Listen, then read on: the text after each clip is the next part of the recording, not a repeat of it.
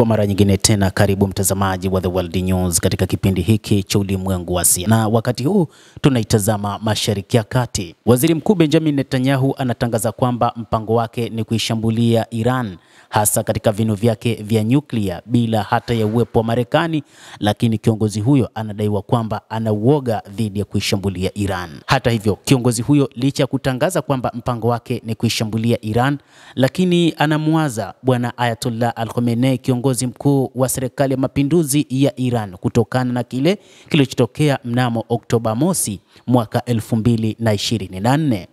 Iran ina maelfu ya makombora na ndege zisizokuwa na rubani, na katika shambulio kamili zingeweza kuzidi ulinzi wa anga na kufanya uharibifu mkubwa kwa nchi. Lakini pia ingenyoosha rasilimali za kijeshi na kuifanya kuwa vita vya pembe tatu. Hata hivyo, Iran ambayo mnamo Oktoba mosi mwaka 2024 ilifanya mashambulizi nyakati za usiku, ilifanya siku moja tu, lakini ni zaidi ya makombora 200 ambayo yameshambulia nchi ya Israel, na hatimaye hata uongozi wa Israel wa Benjamin Netanyahu unadaiwa kwamba kiongozi huyo aliondoka nchini humo. Hata hivyo, taarifa zaidi zimedai kwamba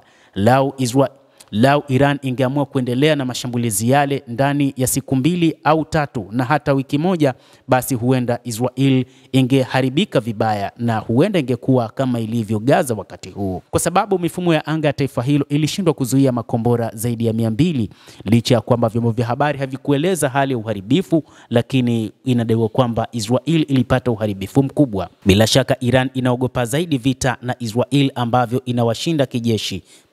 Hata hivyo, Iran sio kwamba inaogopa vita dhidi ya Israel, lakini pia Iran ni moja kati ya mataifa ambayo kwanza yanaongozwa katika mfumo wa kidini, lakini pili ni taifa ambalo linasubiri mashambulizi au kuchokozwa ndipo ambapo litatoa majibu kamili.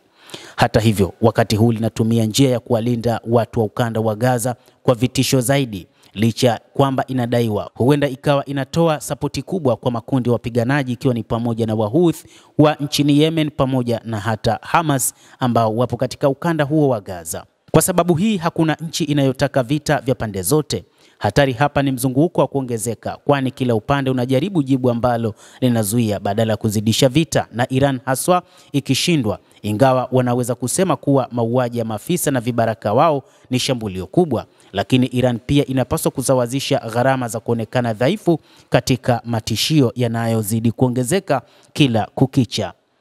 Hata hivyo, kuuawa kwa baadhi ya viongozi wao akiwemo Ibrahim Rais miongoni na viongozi wengine hakukumfanya Ayatollah Al-Khamenei kurejea nyuma, lakini pia ameona ni wakati sahihi wa kuonyesha dunia kwamba ana uwezo, na ndio maana hata wakati huu anaonyesha ubavu wake dhidi ya Marekani, ambayo imeonyesha wazi kwamba hahitaji vita dhidi ya Iran, licha ya kwamba ilihamisha baadhi ya silaha zake nzito zikiwemo ndege za B-2 ambazo zinadaiwa kwamba ni hatari sana. Lakini moja kati ya jambo kubwa ambalo limeonyeshwa katika siku za hivi karibuni na Iran ni baada ya Iran kutengeneza mfumo wao wa Ghadir, mfumo wa rada ambao umepoteza baadhi ya ndege za Kimarekani na hata meli za kivita, jambo ambalo limemfanya Donald Trump kuwaza diplomasia zaidi kuliko mapigano. Na hata katika mazungumzo yake katika ikulu ya White House na Waziri Mkuu Benjamin Netanyahu, amemrai kiongozi huyo kwamba asithubutu kufanya shambulizi katika vituo vya nyuklia vya Iran.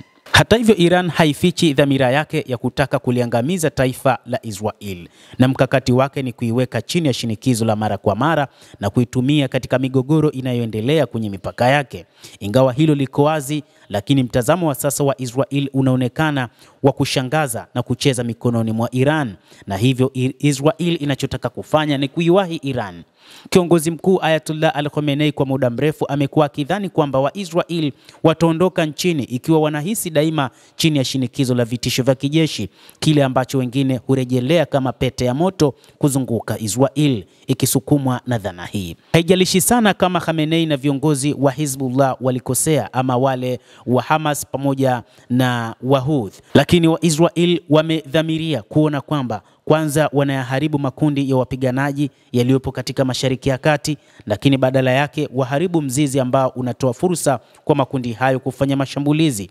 Lakini moja kati ya jambo kubwa ambalo Israel, licha ya kwamba ilidai itaweza kufanya mashambulizi peke yake bila uwepo wa Marekani, wakati huu inaanza kuhofu ni nini ambacho kitatokea, hasa baada ya Ayatollah Al-Khamenei ambaye tayari ameshatangaza ameyaweka tayari majeshi yake kwa ajili ya kufanya mashambulizi wakati wowote ikiwa Israel itaanzisha mashambulizi.